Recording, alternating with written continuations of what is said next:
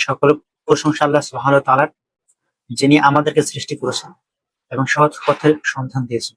যে জাহান্নাম কতটা ভয়ানক, যদি আপনি জাহান্নাম সম্পর্কে সামান্য কিছু কথা শুনেন, বিশেষ করে কতটা ভয়ঙ্কর, তাহলে আপনি জাহান্নামকে স্মরণ করবেন এবং আপনি অটোমেটিক্যালি সবকিছু বাদ দিয়ে আল্লাহ সুবহানাহু ওয়া তাআলার দিকে ফিরে আসবেন। তো জাহান্নাম কতটা ভয়ঙ্কর, এই বিষয়ে আমি 3টি হাদিসের রেফারেন্স আমি দেব।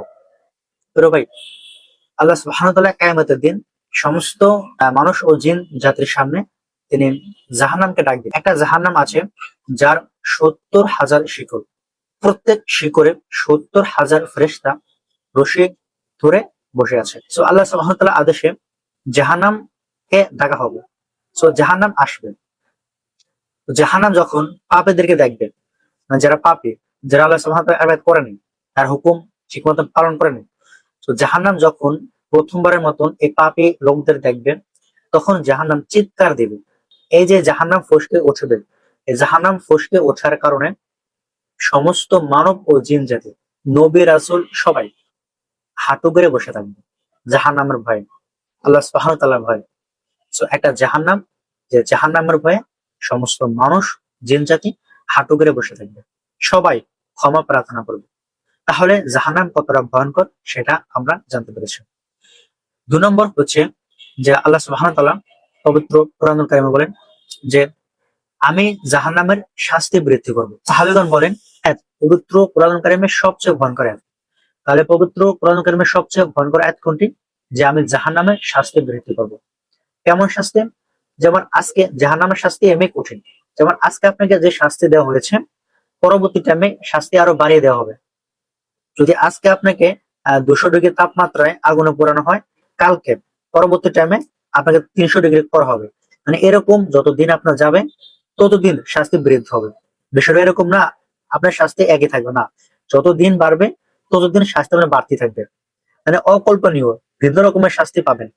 প্রিয় নবীজি হাদিসে বলেন সহিহ বুখারী যে জাহান্নামের সর্বনিম্ন শাস্তি হচ্ছে একজন মানুষকে 2 জোড়া জুতা পরিয়ে দেওয়া হবে, ফলে সে মানুষের মস্তিষ্ক সিদ্ধ হতে থাকবে, সে মানুষ পাগলের মতো হয়ে যাবে।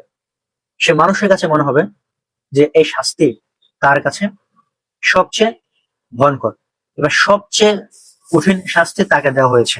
সো প্রিয় নবীজি বলেন একটা ব্যক্তিকে জাহান্নামের 2টি জোতা পরিয়ে দেওয়া হবে আগুনের, ফলে সে ব্যক্তির মস্তিষ্ক সিদ্ধ হতে থাকবে। তো সে ব্যক্তি তখন মনে করবে যে জাহান্নামের সবচেয়ে কঠিন শাস্তি আমাকে দেওয়া হয়েছে, কিন্তু প্রিয় নবীজি তখন বলেন জাহান্নামের সবচেয়ে নিম্ন শাস্তি, সবচেয়ে সবচেয়ে সহজ শাস্তি, সবচেয়ে শান্তি শাস্তি তাকে দেওয়া হয়েছে। কোন মুসলিম হোক কিংবা কাফের হোক, মানে জাহান্নামের সবচেয়ে সহজ শাস্তি তাকে দেওয়া হয়েছে।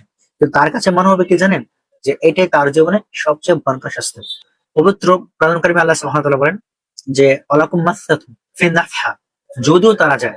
আল্লাহ সুবহানাহু ওয়া তাআলা এখানে বলেন যদিও তারা যায়, কোথায় যায় সেটা বলেন, বলা হয়েছে যদিও তারা যায়। নাফহা, আরবিতে লাফহা আর নাফহা দুটা শব্দের আলাদা অর্থ আছে। যেমন লাফহা মানে হচ্ছে মানে হালকা গরম, একদম হালকা গরম, নরমাল, যেটা আমরা মানে নরমালি হালকা গরম শুনি। আর নাফহা হচ্ছে আপনার হালকা বাতাস, ঠান্ডা হালকা বাতাস। সে বাতাসটা কিরকম? ধরেন আপনি যখন দরজা ওপেন করেন, ওপেন করার পরে দেখবেন হালকা সিম্পল একটা বাতাস আসে, এই বাতাসটা আপনার গায়ে অনুভব করে আপনার যেমন লাগবে, একদম হালকা। আল্লাহ সুবহানাহু ওয়া তাআলা এখানে বলেন ওয়ালাকুম মাসসাতুম ফি নাফহা, যদিও তাদের স্পর্শ করে। কি স্পর্শ করে? আগুন না, তিনি আগুনের কথা বলা হয়নি। কি স্পর্শ করে? কঠিন শীত না, তিনি কিছু বলেনি, তিনি বলছেন স্পর্শ করে নাফহা মানে হালকা বাতাস। এরকম দরজা যখন আপনি ওপেন করবেন, যে বাতাসটা আপনার কাছে আসবে সেরকম বাতাস। সো আল্লাহ সুবহানাহু ওয়া তাআলা বলেন যে যদিও তারা যায়, নাফহা এরকম বাতাস স্পর্শ করবে, যে হালকা বাতাস, মানে জাহান্নামের হালকা বাতাস। বাতাসটা কিরকম? যখন আপনি দরজা খুলবেন, ওপেন করবেন, যে বাতাসটা আপনাকে আপনার গায়ে আসবে সেই বাতাস। কি বাতাস? যখন আপনি দরজা ওপেন করবেন, ওপেন করার সময় যে হালকা পিরপিরে যে বাতাসটা আপনার শরীর স্পর্শ করবে সেটা। তবুও জাহান্নামী ব্যক্তিরা মনে করবে জাহান্নামের সবচেয়ে কঠিন আযাব। জাহান্নাম সম্পর্কে বুঝতে পারছেন যে জাহান্নাম কতটা ভয়ঙ্কর, কতটা কঠিন।